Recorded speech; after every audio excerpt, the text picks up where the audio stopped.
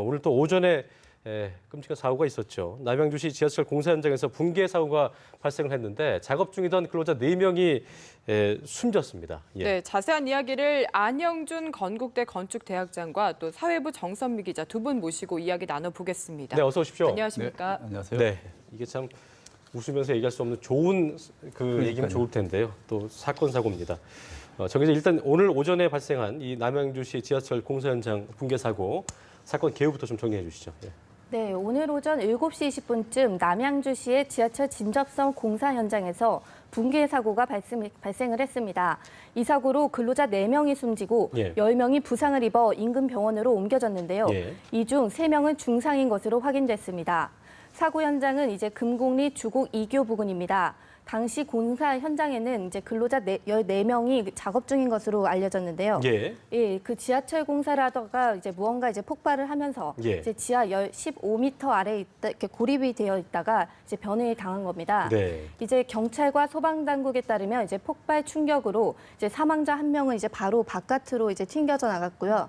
나머지 3명은 이제 고립이 됐다가 이제 숨진 채 발견이 됐다고 합니다. 네, 일단 오늘 오전에 발생한 사고다 보니까 아직까지 정확한 원인은 규명이 안 된 상태인데 일단은 지금 용단 작업을 하던 도중에 뭔가 폭발했다 이렇게 추정이 되는 거죠. 글쎄요, 조사를 해봐야겠지만 지금 일단 용단 작업이라고 계시는데 그게 어떤 겁니까? 예, 철을 이제 붙이는데 접합식이라는 하는 건 용접 작업이라고. 그다음에 이물질을 제거하는 데는 이제 용단 작업이라 합니다. 용접이건 용단 작업이건 간에 여기에 필요한 것이 석유 액체가스 LPG하고 산소가 들어가게 됩니다.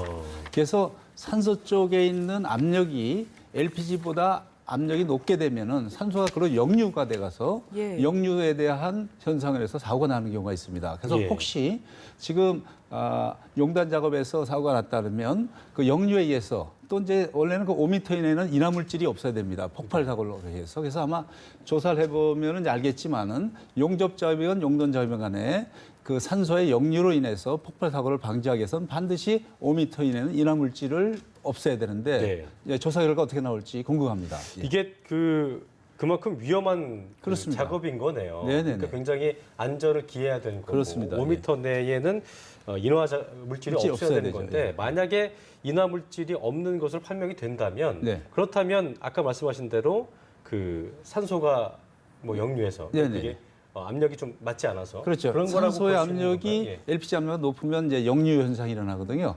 이제 산소가 글로 들어가 버린단 말이에요. LPG가 폭발하게 되는 거죠. 또 그런 것을 막기 위해서 철저히 조사를 하고 또 폭발하게 되면 더 큰 사고를 막기 위해서 이제 5m 이내는 폭발성 인화물질을 없애야 된다는 거죠. 인화물질이 없는 경우에 또 아까 뭐 역류나 그런 것들로 인해서 사고가 난다면 이거는 인재라고 볼 수 있을까요? 그렇죠. 아니, 인화물질이 있어도 인재고 인화물질이 없어서 사람이 다치는 것도 인재죠. 그래서 항상 어떤 현장 간에 원칙을 준수하면 사고는 절대 일어나지 않습니다. 사고가 일어날 수밖에 없는 현장을 유지했기 때문에 사고가 일어나는 것이고요. 안전관리에 수업을 했기 때문에. 물론입니다. 원인 규명이 확실히 좀 밝혀져야 될 것 같고 일단 4명이나 사망을 하고 또 10명이 부상해봤습니다. 부상자분들의 뭔가 현장 당시 상황도 전해지고 있다고 하더라고요. 어떻습니까? 그 이제 사고를 당하신 분들의 얘기를 들어보면 이제 그 사고 현장은 거의 전쟁터를 방불케 했다고 합니다. 이제 뭐 병원으로 옮겨진 이제 근로자 말을 들어보면요, 이제 사고 지점에 조금 떨어져 있는 사무실에 있었는데 이제 갑자기 쾅 하는 소리가 들리더니 이제 자기는 앞으로 세게 넘어졌다.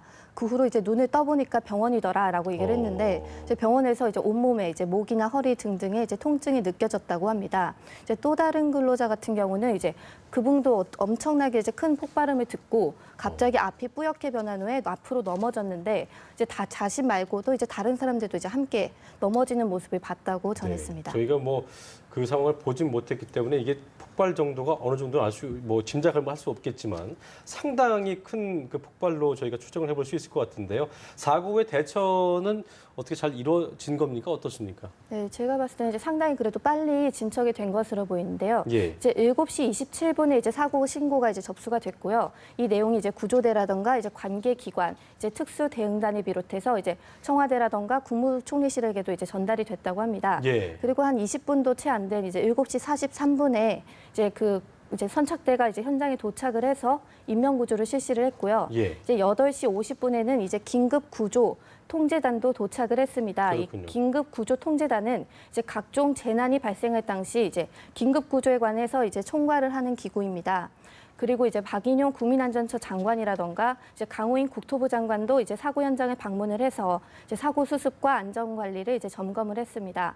또 이제 경기 북부 지방경찰청은 이제 남양주경찰서에다가 이제 수사본부를 이제 설치를 하고 60명을 배치를 했는데요. 이제 책임자 등을 상대로 이제 안전 관리를 제대로 했는지 이런 거 이제 과실 여부가 어떤 건지 이제 집중 수사할 방침이라고 합니다. 그렇군요. 네.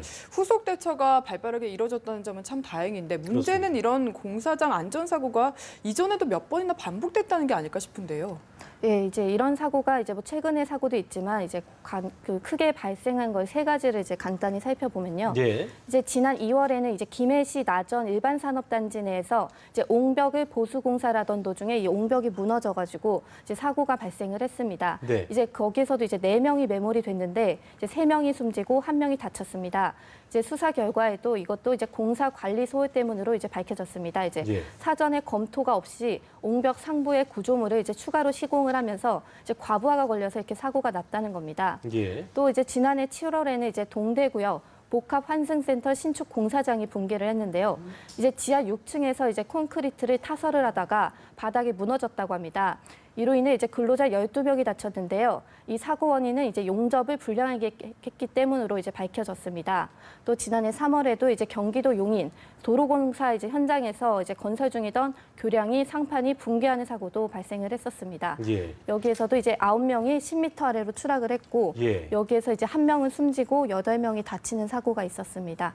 여기 역시 이제 안전관리가 부실해서 이렇게 사고가 난 것으로 이제 네. 밝혀졌습니다. 보통 교수님 이게 그 안전관리가 소홀해서 이런 공사 현장에서 사고가 발생한 것으로 특히 과거 사례들을 짚어봤을 때 저희가 이렇게 생각해 볼 수 있는데요. 거의 그 인재로 인한 사고인 건데 지금도 보다 보면 이제 지하철 공사들이 확장 공사를 하고 있기 때문에 새롭게 생긴 뭐 그 서울 외곽 지역의 신도시들도 그렇고 계속 저런 현장이 많잖아요. 그렇죠. 이게 저는 그거 앞선 반복된 사고를 보면서 이렇게 안전 물감증이라고 해야 될까요? 왜 이렇게 참 발생하는 저는 지금도 쭉 진행하는 뉴스를 진행하는 그 불만이 뭐 저 조속히 조치했다 이게 뭐 자랑스러운 입니까? 예. 사고를 일어나지 말게 해야지 사고 일어난 후에 조치가 잘 돼서 칭찬하면 아무 소용 없습니다. 네. 그러니까요. 예방 보전을 해야지 사후 보전하는 소일기 전에 명확한 고치는 예방 보전을 해야 되는 것이지 어떻게 하면 사고가 일어나지 말까 하는 거지. 사고 일어나서 신속히 대처했다 칭찬받을 일 아닙니다. 사고 일어나지 말게 하는 정부가 필요한 것이지 예. 사고 후에 조속히 조치 이거 칭찬받을 일이 아니라고 보고요.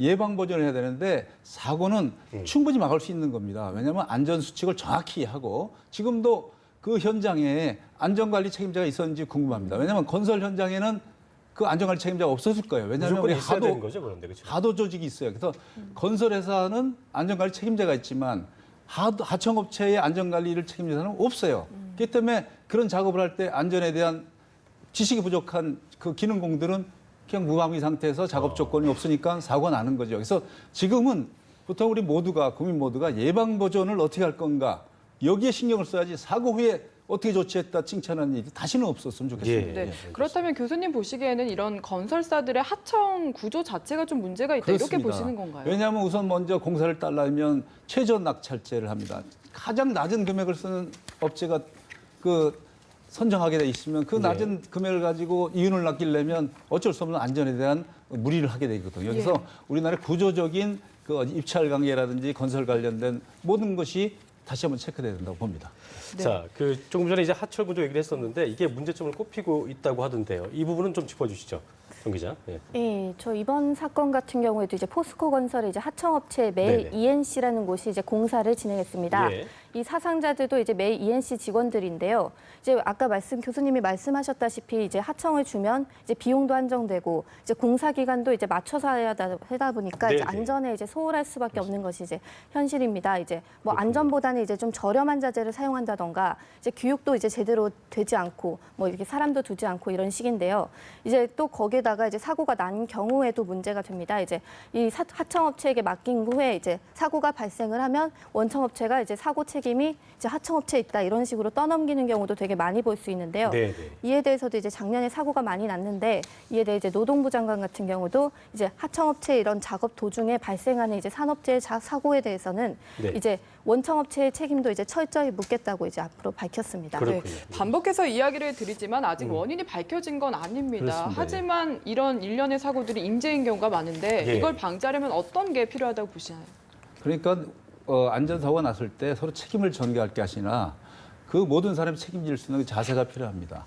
시공자 원청업체도 하청업체도 또 그걸 관리하는 정부도 또 시장, 네. 군수, 구청장 모두 또 국민 모두가 책임지는 안전에 대한 책임의식을 느껴야 되는데 마치 강 건너 불구경하지 하는 이런 안전에 대한 의식은 국민 모두 바뀌어야 된다고 봅니다. 네. 예.